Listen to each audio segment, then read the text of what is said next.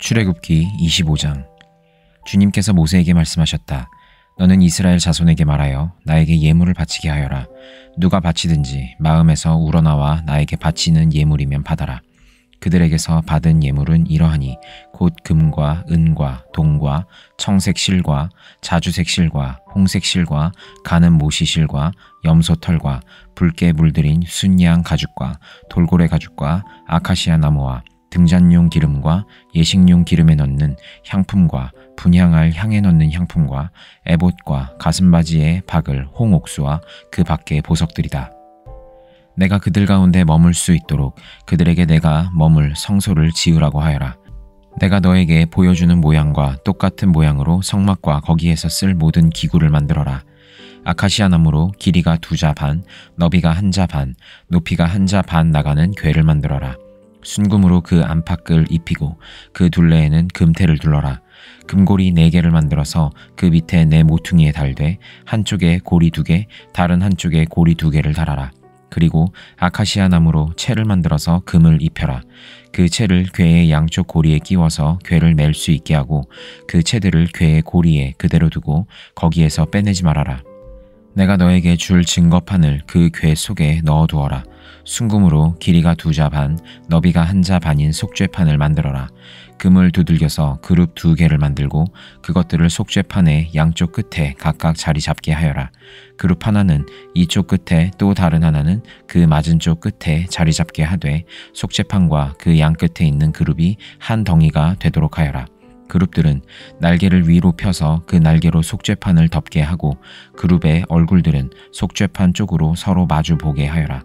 너는 그 속죄판을 궤 위에 얹고 궤 안에는 내가 너에게 줄 증거판을 넣어두어라.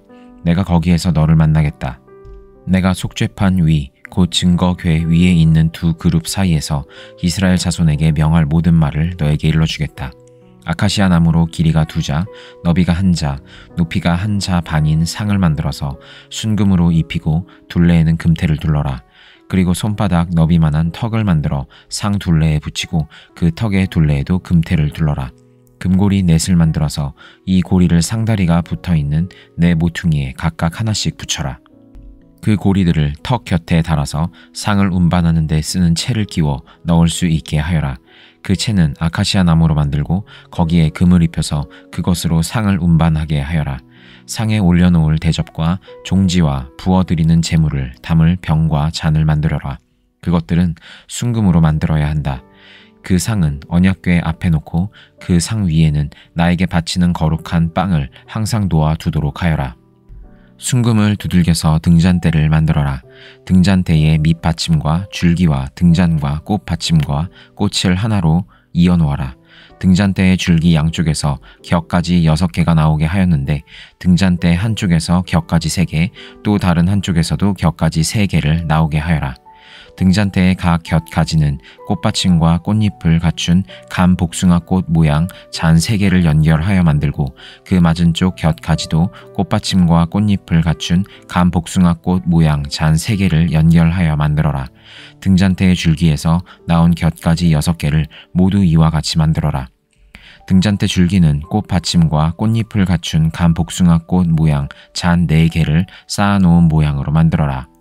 그리고 등잔대의 맨 위에 있는 좌우 2 곁가지가 줄기에서 뻗어날 때에는 밑에서 3번째에 놓인 꽃받침에서 뻗어나게 하고 그 아래에 있는 좌우 2 곁가지가 줄기에서 뻗어날 때에는 밑에서 2번째에 놓인 꽃받침에서 뻗어나게 하고 그리고 맨 아래에 있는 좌우 2 곁가지가 줄기에서 뻗어날 때에는 맨 아래에 놓인 꽃받침에서 뻗어나게 하여 6 곁가지를 줄기와 연결시켜서 한 덩이를 만들어라. 이렇게 등잔대의 줄기에서 좌우로 곁가지가 나오게 하여라. 등잔대 줄기의 꽃받침에 연결된 곁가지들은 모두 순금을 두들겨 만들되 전체를 하나로 이어 놓아라. 등잔 7개를 만들어서 그것을 등잔대 위에 올려 놓아 앞을 밝게 비추도록 하여라. 등잔불, 집게와 불똥 그릇도 순금으로 만들어라. 등잔대와 이 모든 기구를 순금 1 달란트로 만들어라. 이 모든 것을 내가 이 산에서 너에게 보여준 모양 그대로 만들도록 하여라. 요한복음 4장. 요한보다 예수께서 더 많은 사람을 제자로 삼고 세례를 주신다는 소문이 바리새파 사람들의 귀에 들어간 것을 예수께서 아셨다. 사실은 예수께서 직접 세례를 주신 것이 아니라 그 제자들이 준 것이다. 예수께서는 유대를 떠나 다시 갈릴리로 가셨다. 그렇게 하려면 사마리아를 거쳐서 가실 수밖에 없었다. 예수께서 사마리아에 있는 수가라는 마을에 이르셨다. 이 마을은 야곱이 아들 요셉에게 준 땅에서 가까운 곳이며 야곱의 우물이 거기에 있었다. 예수께서 길을 가시다가 피로하여서 우물가에 앉으셨다. 때는 오정쯤이었다. 한 사마리아 여자가 물을 기르러 나왔다. 예수께서 그 여자에게 마실 물을 좀 달라고 말씀하셨다. 제자들은 먹을 것을 사러 동네에 들어가서 그 자리에 없었다. 사마리아 여자가 예수께 말하였다. 선생님은 유대 사람인데 어떻게 사마리아 여자인 나에게 물을 달라고 하십니까? 유대 사람은 사마리아 사람과 상종하지 않기 때문이다. 예수께서 그 여자에게 대답하셨다. 내가 하나님의 선물을 알고 또 너에게 물을 달라는 사람이 누구인지를 알았더라면 도리어 내가 그에게 청하였을 것이고 그는 너에게 생수를 주었을 것이다. 여자가 말하였다. 선생님, 선생님에게는 두레박도 없고 이 물은 깊은데 선생님은 어디에서 생수를 구하신다는 말입니까? 선생님이 우리 조상 야곱보다 더 위대하신 분이라는 말입니까? 그는 우리에게 이 우물을 주었고 그와 그 자녀들과 그 가축까지 다 이 우물에 물을 마셨습니다. 예수께서 말씀하셨다. 이 물을 마시는 사람은 다시 목마를 것이다. 그러나 내가 주는 물을 마시는 사람은 영원히 목마르지 아니할 것이다. 내가 주는 물은 그 사람 속에서 영생에 이르게 하는 샘물이 될 것이다. 그 여자가 말하였다. 선생님, 그 물을 나에게 주셔서 내가 목마르지도 않고 또 물을 기르러 여기까지 나오지도 않게 해주십시오. 예수께서 그 여자에게 말씀하셨다. 가서 내 남편을 불러오너라. 그 여자가 대답하였다. 나에게는 남편이 없습니다. 예수께서 여자에게 말씀하셨다. 남편이 없다고 한 말이 옳다. 너에게는 남편이 5이나 있었고 지금 같이 살고 있는 남자도 내 남편이 아니니 바로 말하였다. 여자가 말하였다. 선생님, 내가 보니 선생님은 예언자이십니다. 우리 조상은 이 산에서 예배를 드렸는데 선생님네 사람들은 예배 드려야 할 곳이 예루살렘에 있다고 합니다. 예수께서 말씀하셨다. 여자여, 내 말을 들어라. 너희가 아버지께 이 산에서 예배를 드려야 한다거나 예루살렘에서 예배를 드려야 한다거나 하지 않을 때가 올 것이다. 너희는 너희가 알지 못하는 것을 예배하고 우리는 우리가 아는 분을 예배한다. 구원은 유대 사람에게서 나기 때문이다. 참되게 예배를 드리는 사람들이 영과 진리로 아버지께 예배를 드릴 때가 온다. 지금이 바로 그 때이다. 아버지께서는 이렇게 예배를 드리는 사람들을 찾으신다. 하나님은 영이시다. 그러므로 하나님께 예배를 드리는 사람은 영과 진리로 예배를 드려야 한다. 여자가 예수께 말했다. 나는 그리스도라고 하는 메시아가 오실 것을 압니다. 그가 오시면 우리에게 모든 것을 알려주실 것입니다. 예수께서 말씀하셨다. 너에게 말하고 있는 내가 그다. 이때에 제자들이 돌아와서 예수께서 그 여자와 말씀을 나누시는 것을 보고 놀랐다.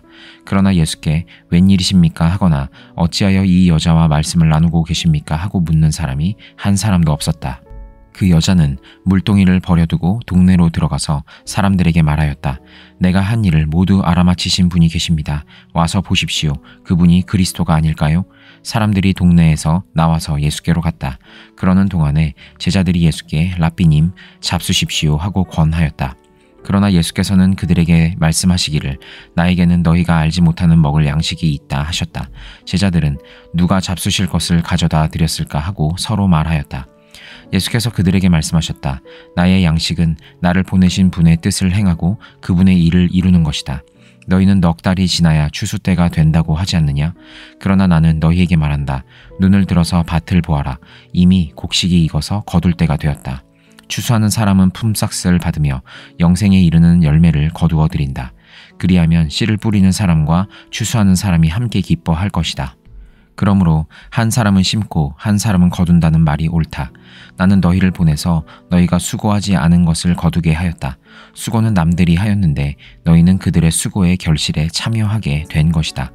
그 동네에 많은 사마리아 사람이 예수를 믿게 되었다. 그것은 그 여자가 자기가 한 일을 예수께서 다 알아맞히셨다고 증언하였기 때문이다.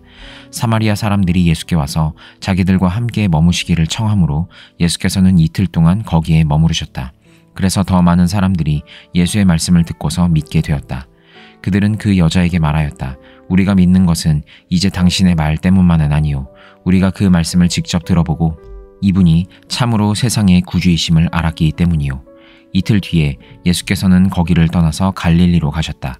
예수께서 친히 밝히시기를 예언자는 자기 고향에서는 존경을 받지 못한다 하셨다. 예수께서 갈릴리에 도착하시니 갈릴리 사람들이 예수를 환영하였다. 그들도 명절을 지키러 예루살렘에 갔다가 예수께서 거기서 하신 모든 일을 보았기 때문이다. 예수께서 또다시 갈릴리 가나로 가셨다. 그곳은 전에 물로 포도주를 만드신 곳이다. 거기에 왕의 신하가 한 사람 있었는데 그의 아들이 가버나움에서 앓고 있었다. 그 사람은 예수께서 유대에서 나와 갈릴리로 들어오셨다는 소문을 듣고 예수께 와서 제발 가버나움으로 내려오셔서 아들을 고쳐 주십시오 하고 애원하였다. 아들이 거의 죽게 되었기 때문이다. 예수께서 그에게 말씀하셨다. 너희는 표징이나 기이한 일들을 보지 않고는 결코 믿으려고 하지 않는다. 그 신하가 예수께 간청하였다. 선생님, 내 아이가 죽기 전에 내려와 주십시오. 예수께서 말씀하셨다. 돌아가거라. 내 아들이 살 것이다. 그는 예수께서 자기에게 하신 말씀을 믿고 떠나갔다. 그가 내려가는 도중에 종들이 마중 나와 그 아이가 살았다고 보고하였다. 그가 종들에게 아이가 낫게 된 때를 물어보니 어제 오후 1시에 열기가 떨어졌습니다 하고 종들이 대답하였다. 아이 아버지는 그때가 예수께서 그에게 내 아들이 살 것이다 하고 말씀하신 바로 그 시각인 것을 알았다. 그래서 그와 그의 온 집안이 함께 예수를 믿었다. 이것은 예수께서 유대에서 나와서 갈릴리로 돌아오신 뒤에 행하신 두 번째 표징이다. 잠언 1장. 이것은 다윗의 아들 이스라엘의 왕 솔로몬의 잠언이다. 이 잠언은 지혜와 훈계를 알게 하며 명철의 말씀을 깨닫게 하며 정의와 공평과 정직을 지혜롭게 실행하도록 훈계를 받게 하며 어수룩한 사람을 슬기롭게 하여 주며 젊은이들에게 지식과 분별력을 갖게 하여 주는 것이니 지혜 있는 사람은 이 가르침을 듣고 학식을 더할 것이요 명철한 사람은 지혜를 더 얻게 될 것이다. 잠언과 비유와 지혜 있는 사람의 말과 그 심오한 뜻을 깨달아 알 수 있을 것이다. 주님을 경외하는 것이 지식의 근본이거늘 어리석은 사람은 지혜와 훈계를 멸시한다. 아이들아, 아버지의 훈계를 잘 듣고 어머니의 가르침을 저버리지 말아라. 진정 이것은 머리에 쓸 아름다운 관이요 너의 목에 걸 목걸이이다. 아이들아, 악인들이 너를 꾀더라도 따라가지 말아라. 그들이 너에게 이렇게 말할 것이다. 함께 가서 숨어 기다렸다가 이유를 묻지 말고 죄 없는 사람을 죽이자. 스월처럼 그들을 산채로 삼키고 무덤이 사람을 통째로 삼키듯이 그들을 통째로 삼키자. 우리는 온갖 값진 것을 얻게 될 것이며 빼앗은 것으로 우리의 집을 가득 채우게 될 것이다. 너도 우리와 함께 제비를 뽑고 우리 사이에 돈 주머니는 하나만 두자. 아이들아, 그들이 이렇게 말하더라도 너는 그들과 함께 다니지 말고 내 발을 그들이 가는 길에 들여놓지 말아라. 그들의 발은 악으로 치다르며 피 흘리는 일을 서두르기 때문이다. 무릇 새가 보는 앞에서 그물을 치는 것은 헛수고 이겠거늘 그들이 가만히 엎드려서 지키고 있으니 제 피나 흘릴 뿐이요 숨어서 기다리고 있으니 제 목숨이나 잃을 뿐이다. 무릇 부당한 이득을 탐하는 자의 길은 다 이러하니 재물이 목숨을 빼앗는다. 지혜가 길거리에서 부르며 광장에서 그 소리를 높이며 시끄러운 길 머리에서 외치며 성문 어귀와 성 안에서 말을 전한다.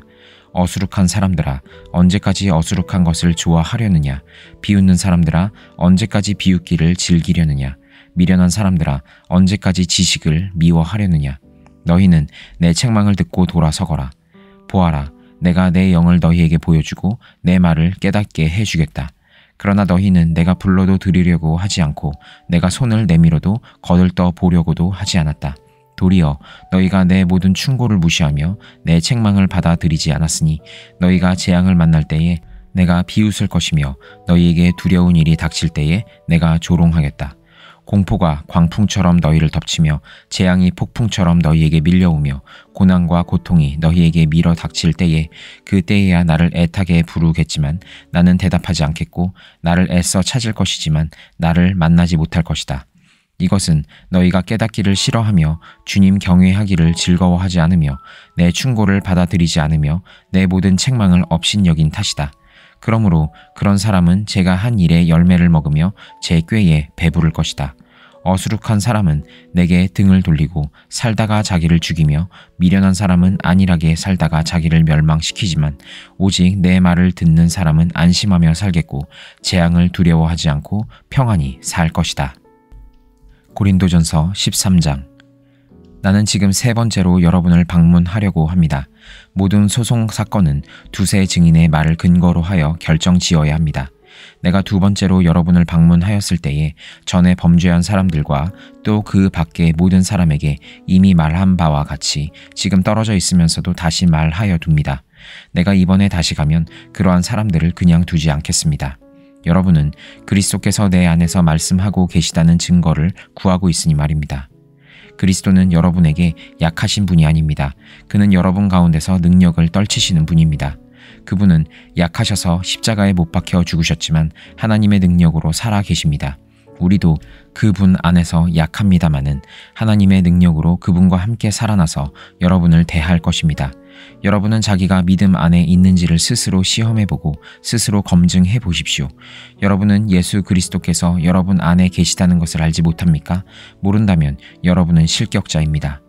그러나 나는 우리가 실격자가 아니라는 것을 여러분이 알게 되기를 바랍니다.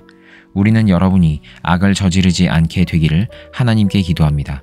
그것은 우리가 합격자임을 드러내려는 것이 아니라 우리는 실격자인 것처럼 보일지라도 여러분만은 옳은 일을 하게 하려고 하는 것입니다. 우리는 진리를 거슬러서는 아무것도 할 수 없고 오직 진리를 위해서만 무언가 할 수 있습니다. 우리는 약하더라도 여러분이 강하면 그것으로 우리는 기뻐합니다. 우리는 여러분이 완전하게 되기를 기도합니다. 내가 떠나 있는 동안에 이렇게 편지를 하는 것은 내가 가서 주님께서 주신 권한을 가지고 사건들을 처리할 때에 너무 엄하게 대할 필요가 없게 하려는 것입니다. 이 권위는 여러분을 넘어뜨리라고 주신 것이 아니라 세우라고 주신 것입니다. 끝으로 말합니다. 형제 자매 여러분, 기뻐하십시오. 온전하게 되기를 힘쓰십시오. 서로 격려하십시오. 같은 마음을 품으십시오. 화평하게 지내십시오. 그리하면 사랑과 평화의 하나님께서 여러분과 함께 하실 것입니다. 거룩한 입맞춤으로 서로 인사하십시오. 모든 성도가 여러분에게 문안합니다. 주 예수 그리스도의 은혜와 하나님의 사랑과 성령의 사귐이 여러분 모두와 함께 하기를 빕니다.